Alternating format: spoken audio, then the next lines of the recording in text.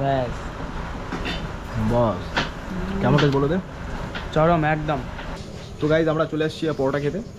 দেখতে পাচ্ছ ভাই অসম লেভেলের। আর এদিকে পরোটা বানানো হচ্ছে, দেখাচ্ছি। দেখতে পাচ্ছ পরোটা এই যে তোমার বানানো হচ্ছে। এই হচ্ছে দোকানের ওনার। তো কিছু মানে ক্যামেরায় বলে দাও কিছু। এখানে আলু পরোটা পাওয়া যায়, রুটি, মাংস, তরকা সব পাওয়া যায়।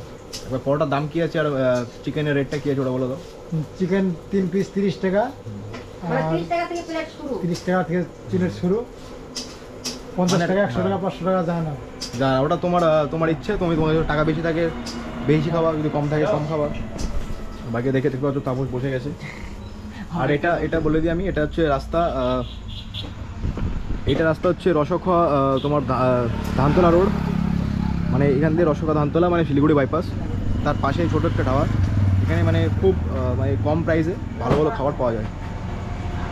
আলু পরোটা পাওয়া যাবে। আলু পরোটার সাথে তোমরা মানে দুইটা অপশান থাকে তোমার এখানে আলু পরোটার সাথে হচ্ছে দুইটা অপশান থাকে। একটা হচ্ছে চিকেন থাকে আর একটা হচ্ছে তড়কা নামে একটা থাকে, ওটা ডাল দিয়ে কি বানায়। আর একটা হচ্ছে হ্যাঁ প্লেন তরকা, ডিম তরকা সবই পাওয়া যায় এখানটায়। আর কি হ্যাঁ রুটিও পাওয়া যায় এখানটায়। হ্যাঁ কেউ যদি রুটি খাও তাহলে এখান থেকে রুটিও খেতে পারো। বাকি আমরা তখন খাবো আলু পরোটা। চলে আসছি দেখে নাও একবার আমাদের।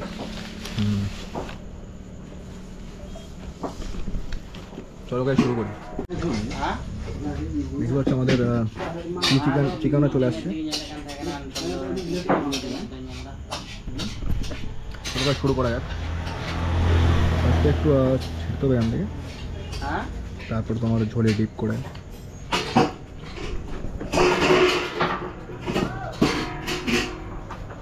টেস্টি আলাদা। হ্যালো দারুণ টেস্ট গাইস। তোমরা যদি এখানে কেক খাবে তখনই বুঝতে পারবে কেমন টেস্ট। আমি 6 মাস আগে দেখছিলাম একটা ভিডিও, আমি কোনোদিন আসি নাই, তো দোস্ত বললো চল যাই খায় আসি, তাই আসলাম। তো দেখি যা টেস্ট, মনে হয় আসতেই হবে। একবার খাই দেখা একবার।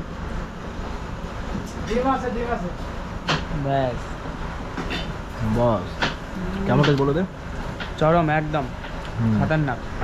আর দোকানের কিন্তু ব্যবহার মানে খুবই ভালো ব্যবহার। তোমরা আসবা তারপরে বুঝতে পারবো। আগে চলো গাইস খাওয়া যাক। আবার ডিপ করা না এখানটায়।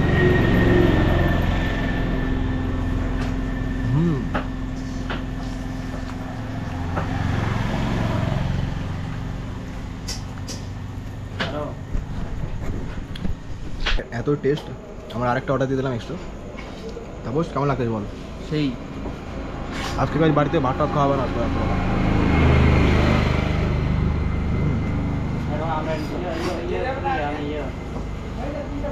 তো গাইস আমাদের খাওয়া দাওয়া গেছে কমপ্লিট। তো খাওয়া দাওয়া গেছে। আর এই দোকানে একবার কথা বলে নিই ওনার যে আছে। তো এই মানে যদি ধাবায় কেউ আসে তো লোকেশনটাকে বলে দাও, মানে আসবে কীভাবে একবার লোকেশনটা বলে দেবেন। ওই ফলপাড়ার দিকে আসতে হবে, উত্তরপটি আসতে হবে। উত্তরপটি ধাবা। উত্তরপটি ধাবার নাম কি? সম্রাট ধাবা। সম্রাট ধাবা। তোমরা এই রুটটা হচ্ছে ধানতলা রুট। এটা তোমরা যদি আসতে চাও তাহলে ধাবার নাম হচ্ছে সম্রাট ধাবা, উত্তরপটি।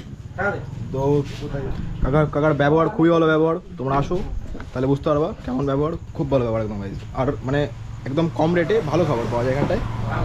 তারপর সেই দিকে বল খেয়ে কেমন লাগবে। সেই না একদম। আরে ভাইরা খাচ্ছে, মিশে আসবা ব্লগে আসবা, ব্লগে আসবা, দাদারা খাচ্ছে। তো খেয়ে কেমন লাগছে বলো একবার। খুব ভালো। তো তোমার বাড়ি কোথায়? কোথায়?